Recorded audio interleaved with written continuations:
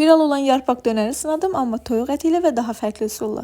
Məncə bu dönər özü danışır, tərifləməyə ehtiyac yoxdur. Odur ki, keçək hazırlanma qaydasına. Ət çəkən maşından 2 dəfə keçirdiyim toyuq ətinə qatıq, soğan suyu, duz, istiot, pul biber qatıb qarışdırdım. Qıymanı 2 yerə ayırıb yağlı kağız arasında oxlovla bərabər şəkildə yaydım.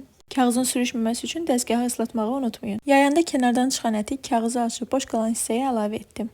Kağızı videodakı şəkildə bükərək 250 dərəcədə öncədən isidilmiş sobada 50 dəqiqə bişirdim. Sobadan çıxaranda tavada yığılmış suyu atmayıb daha sonra istifadə etmək üçün bir qaba ayırdım. Əti də daha da dadlandırmaq üçün iri hissələrə bölüb tavada kərə yağında biraz qovurdum və sonda kənara ayırdığım suyundan əlavə edib birlikdə bişirdim. Suyunu çox qurutmadım ki, ət sulu qalsın. Mən evdə hazırladığım çapata çörəyin arasında mayonez sürtüb, xiyar, pomidor, turşu xiyar əlavə edib üstünə də əti düzdüm və tomat sosu əlavə etdim. Düzünü desəm mən bu nəticəni gözləmirdim. Amma o qədər mükəmməl dönər alındı ki, bir də kənardan dönər alacağımı düşünmürəm.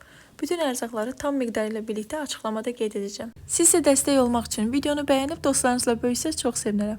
Başqa nəyi sınamağımı istəyirsiniz? Rəylərdə qeyd edin, birlikdə sınayaq.